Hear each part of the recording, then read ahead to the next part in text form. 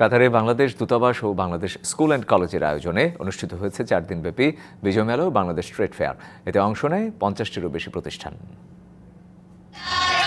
কাতারের রাজধানী দোহার আবুর হামুর Bangladesh MHM school and college মাঠে অনুষ্ঠিত হয়ে গেল 4 দিনের বিজয় মেলা ও Bangladesh trade real estate remittance fair. শেষ দিন প্রবাসী বাংলাদেশিদের পদচারণায় মুখরিত ছিল মেলা প্রাঙ্গণ। আবাসনের পাশাপাশি ইতিহাস, ঐতিহ্য ও বাংলার সংস্কৃতি তুলে ধরাই এই মেলার প্রতিপাদ্য ছিল বলে জানান কাতারে নিযুক্ত বাংলাদেশের রাষ্ট্রদূত। এবার বাংলাদেশ থেকেও বেশ কিছু এন্টারপ্রাইজ বা সংস্থা তারা অংশ নিয়েছে। এই মেলাটা অন্যান্য বারের তুলনায় এবার আরও বড় আমরা করতে পেরেছি।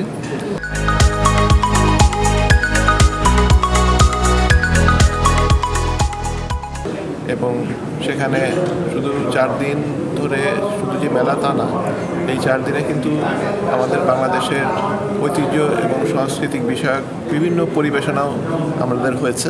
প্রবাসের মাটিতে এমন জমজমাট আয়োজন দেখে উচ্ছ্বসিত প্রবাসীরা। মেলায় শাড়ি, জুতা, ব্যাগ, গয়না, কসমেটিক, ঘর সাজানোর সামগ্রী ও খাদ্যপণ্যের পসরা সাজিয়ে বসেন প্রবাসী ব্যবসায়ীরা। আমরা চাই যে প্রবাসীরা তাদের যে কষ্টার্জিত যে অর্থ, এটা একটা সঠিক জায়গায় একটা বিনিয়োগ করুন। কাস্টমার আছেন, অনেক ভালো আছে, শীতের কারণে অনেক মানুষ আসতেছেন, আলহামদুলিল্লাহ। প্রবাসী ও বাংলাদেশ থেকে আসা শিল্পীদের পরিবেশনায় ছিল সাংস্কৃতিক আয়োজনও। এমন মিলন মেলার আয়োজন করা হোক বছর বছর, এমনই প্রত্যাশা কাতারে বসবাসরত বাংলাদেশিদের। DBC news desk.